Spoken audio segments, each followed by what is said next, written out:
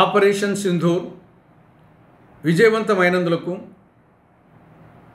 ప్రధానమంత్రి నరేంద్ర మోడీ గారి నాయకత్వ పటిమను వివరించేటందుకు ఈ రోజు నుంచి ఈ నెల 23వ తేదీ వరకు తిరంగా యాత్రను చేపట్టాలని బీజేపీ పార్టీ నిర్ణయించింది.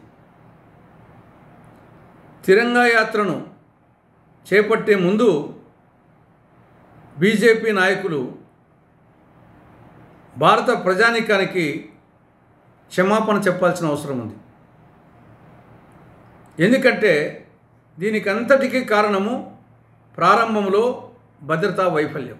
గత నెల 22వ తారీఖున జమ్మూ కాశ్మీర్లోని అనంతనాగ్ జిల్లాలో పహల్గామ్ పర్యాటక కేంద్రం వద్ద ఒకరో ఇద్దరో ముగ్గురో పోలీసులు భద్రతా సిబ్బంది ఉంటే ఆ రోజు ఉగ్రవాదులు పర్యాటకుల మీద దాడి చేసేవారు కాదు, 26 మందిని కాల్చి చంపేవారు కాదు, వారి భార్యల నుదుట సింధూరము తుడిచి వేసేవారు కాదు, ఆపరేషన్ సింధూర్ అవసరం వచ్చేది కాదు.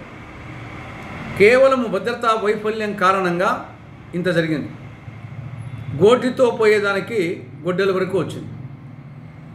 ఈ విషయాన్ని కేంద్ర ప్రభుత్వము అఖిలపక్ష సమావేశంలో కూడా ఒప్పుకున్నది.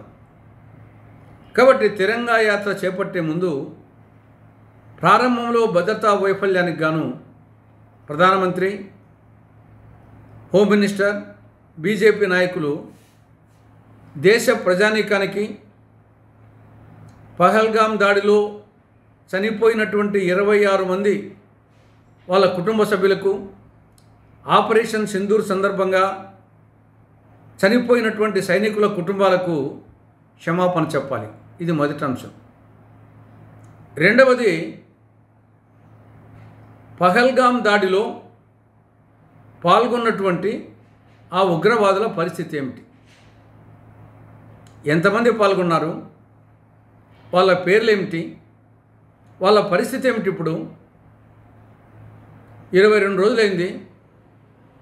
వాళ్ళని ఏమైనా పట్టుకున్నారా, లేదా ఈ ఉగ్రవాద శిబిరాల మీద దాడి చేసే సందర్భంగా వాళ్ళు చనిపోయినారా, పట్టుబడ్డారా? కాబట్టి ఏ విషయం చెప్పడం లేదు. కాబట్టి దీని గురించి కూడా బీజేపీ నాయకులు, భారత ప్రభుత్వము భారత ప్రజానీకానికి స్పష్టం చేయాల్సిన అవసరం ఉంది. ఇక మూడవ అంశం, ఆపరేషన్ సింధూర్ విజయవంతమైంది, అందరము హర్షించాం. ఈ సందర్భంగా